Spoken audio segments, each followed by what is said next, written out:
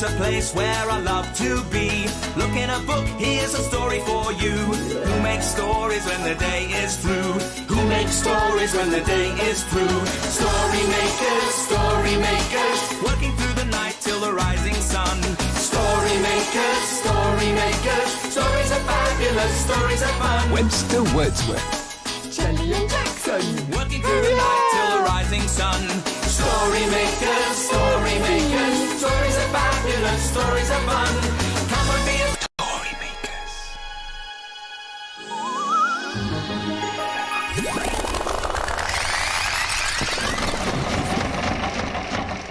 Story makers. It's midnight in the library. Hello. time for all story makers to come out. Are you ready? The sun is down, the stars are bright, story makers come out at night. Hello, I'm Webster Wordsworth, magical musical story maker with stories at my fingertips.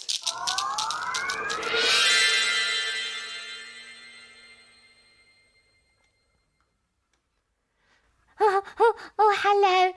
The children were reading about dragons today, and they made it a big, big dragon, but it isn't here at the moment. But this is where it lives. It's a sort of cave. And can you see all the sparkly treasure it's collected? Dragons like treasure. Roar! Roar! I think I can hear it roaring. Come on, let's go and find it. Look at its long tail. And it's got a big body. And look, it's got wings. But you have to watch out for this bit. It's a bit roary. Can I come out now, Jelly? It's a bit hot and squashy in there. Cool. Oh, it's Webster! Cool. Yes. Quick, Jackson, let's surprise him. Oh, well, you be the dragon now, Jelly. It's your turn. I'm going to look for Webster. Okay. Oh, well, that's funny. There's no sign of my furry friends anywhere. What's this? Beware of the dragon. Oh, but I don't see a dragon. Hello, Webster. I'm sorry, but we can't make any stories tonight. There's a dragon in the library, and it's guarding the story machine, and it won't let us make any stories. Oh, a dragon? Really? Yes. By the story machine? Yes. Oh, I must see this. Oh, it really is a dragon. Yes. Oh, let's give it a surprise. Okay. 1, 2, 3. Boo! Oh, my goodness me. It's a story-making dragon. That roar went into the story machine. It's only me, Webster. Oh, Jelly Jewel. Oh, thank goodness it's only you. Yes. But quick, let's make a story. Now we need lots of help from you. Will you help us? Imagine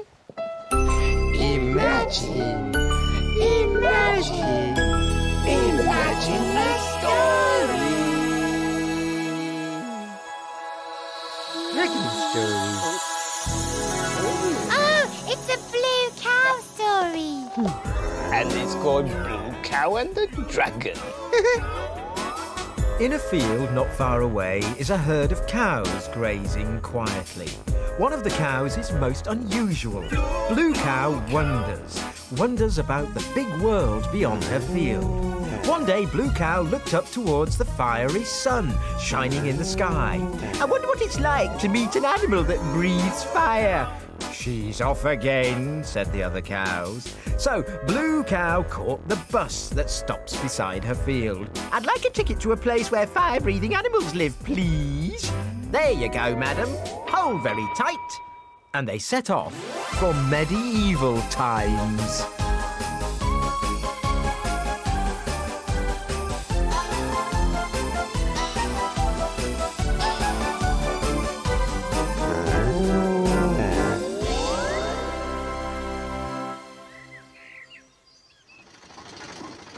And then they arrived. Blue Cow was standing in front of a castle. The drawbridge to the castle opened, and a knight in shining armour rode out on a big brown horse.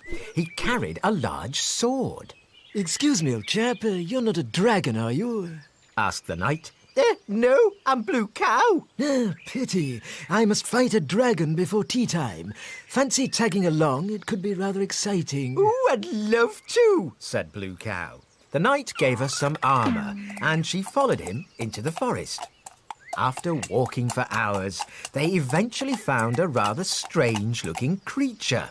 It was quite small and covered in lots of spikes. Excellent. Must be a dragon, said the knight, and got off his horse. Time for a jolly good fight, I think.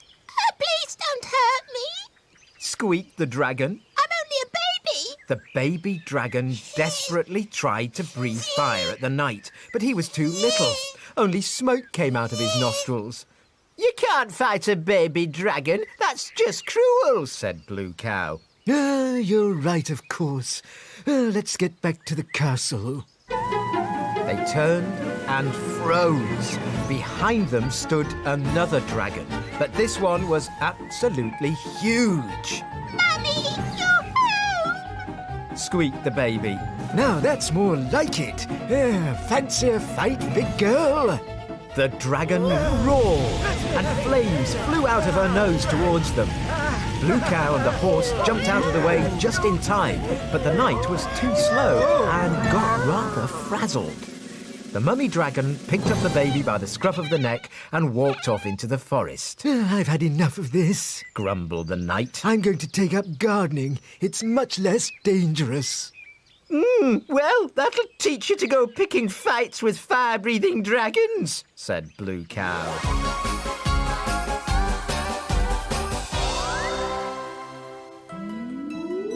You'll never guess where I've been. Where have you been? I've been to medieval times and I met a fire-breathing dragon. Everyone knows there's no such thing as a dragon. But we know there is, don't we? Oh, that was a lovely story, wasn't it, Webster? The mummy dragon scared the knight.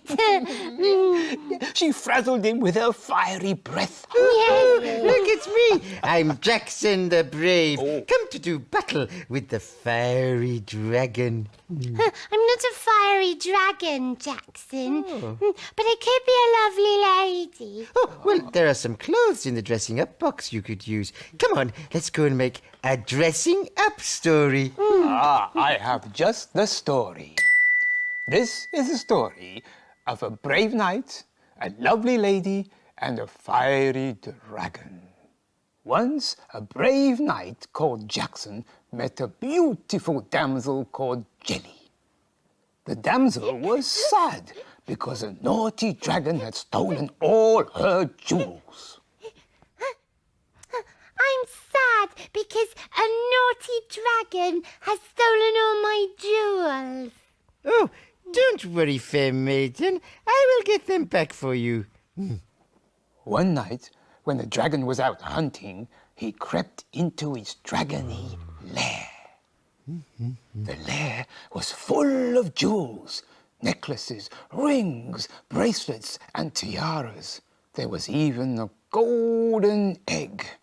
The knight picked up the golden egg, but suddenly the dragon returned. Oh, look, a lovely golden egg. Help! Help! It's a dragon! The damsel heard the knight and came to his rescue and sang the dragon a beautiful lullaby. Dragons need their beauty sleep, so close your eyes and don't you peep. The dragon fell fast asleep, and the knight grabbed the jewels and made his escape without being frazzled or gobbled. Hurrah! I like that dressing up game. Yes, and I like this golden egg. I think it will make a good story, Jelly. Oh, yes, good idea. In you go, egg, but don't crack. And now for the magic ingredient, imagination. Are you ready? Imagine a story. Here it comes. Wonder what it's going to be. Ah, it's a super baby story. And it's called What's in the Egg?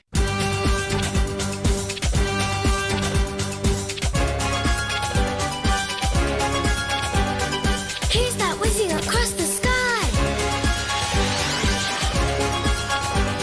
Whatever the weather, she's happy to fly. She's brave and she's true and she's so worthy. Super baby.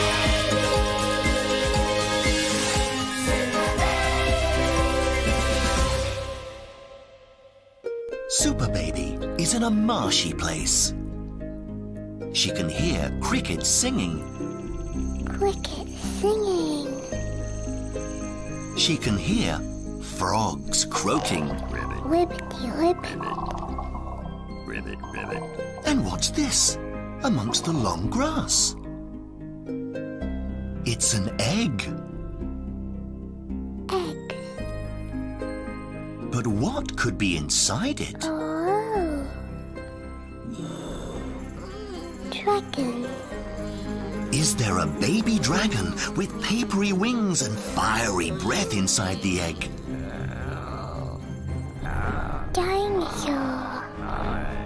Or is there a baby dinosaur with gnashing teeth and stomping feet inside the egg? Lizzie. Or perhaps there's a slithery, wriggly baby lizard inside the egg. Whatever could it be? Let's wait for it to hatch, and then we'll see. Dum-de-dum-de-dum-de-dum. But hold on. There's a problem. The egg won't hatch unless it's warm. Super Baby, can you help?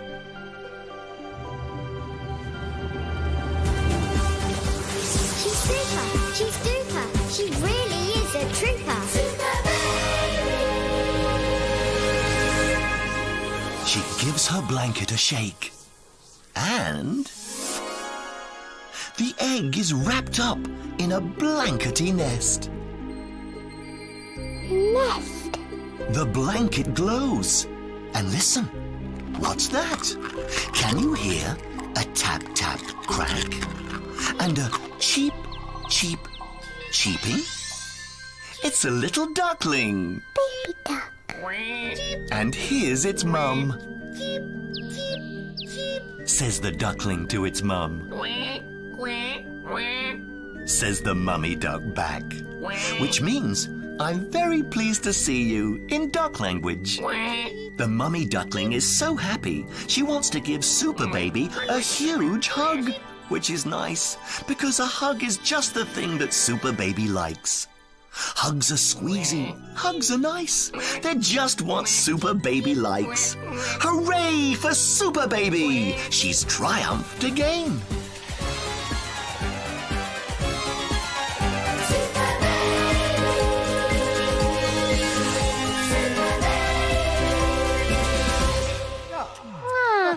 That was a sweet story, wasn't it? Super Baby kept the egg warm in her blanket, and then a little baby duckling broke out. This little dragon looks like a baby, doesn't it, Webster? Look, it hasn't even grown any wings yet. Ah, that's because it's a Chinese dragon, Jackson. Now, Chinese dragons don't have wings, but they can still fly. Now, when the Chinese celebrate their New Year, giant dragons and lions dance through the streets. And people feed them with lettuce and give out little red envelopes like this one. But, Webster, why do they give out little red envelopes? Ah, well, it's supposed to bring good luck. You know what, Jackson? What? I think your Dancy Dragon would make a very good story. Well, all right, Jelly, as long as it can dance all the way to the story machine. Oh, yes, it can, because it's a very dancey dragon, isn't it? Yes, Jelly. Come on, little dragon. Come on, dance away. Dance. Ah, in you go, little dragon. And now we need just a sprinkle of the magic ingredient. Are you ready?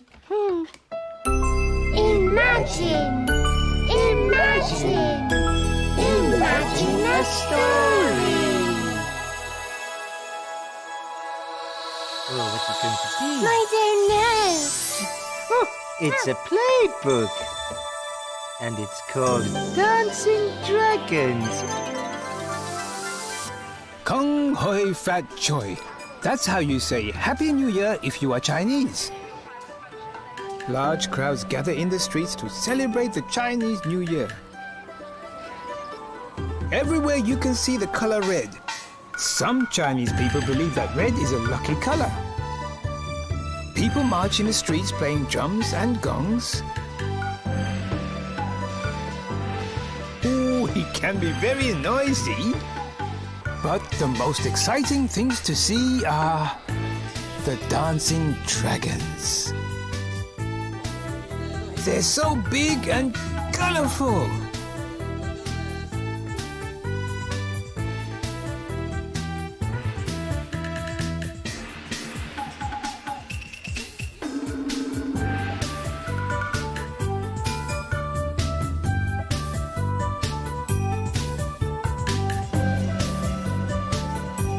And there's also the dancing lions, dancing amongst the crowds.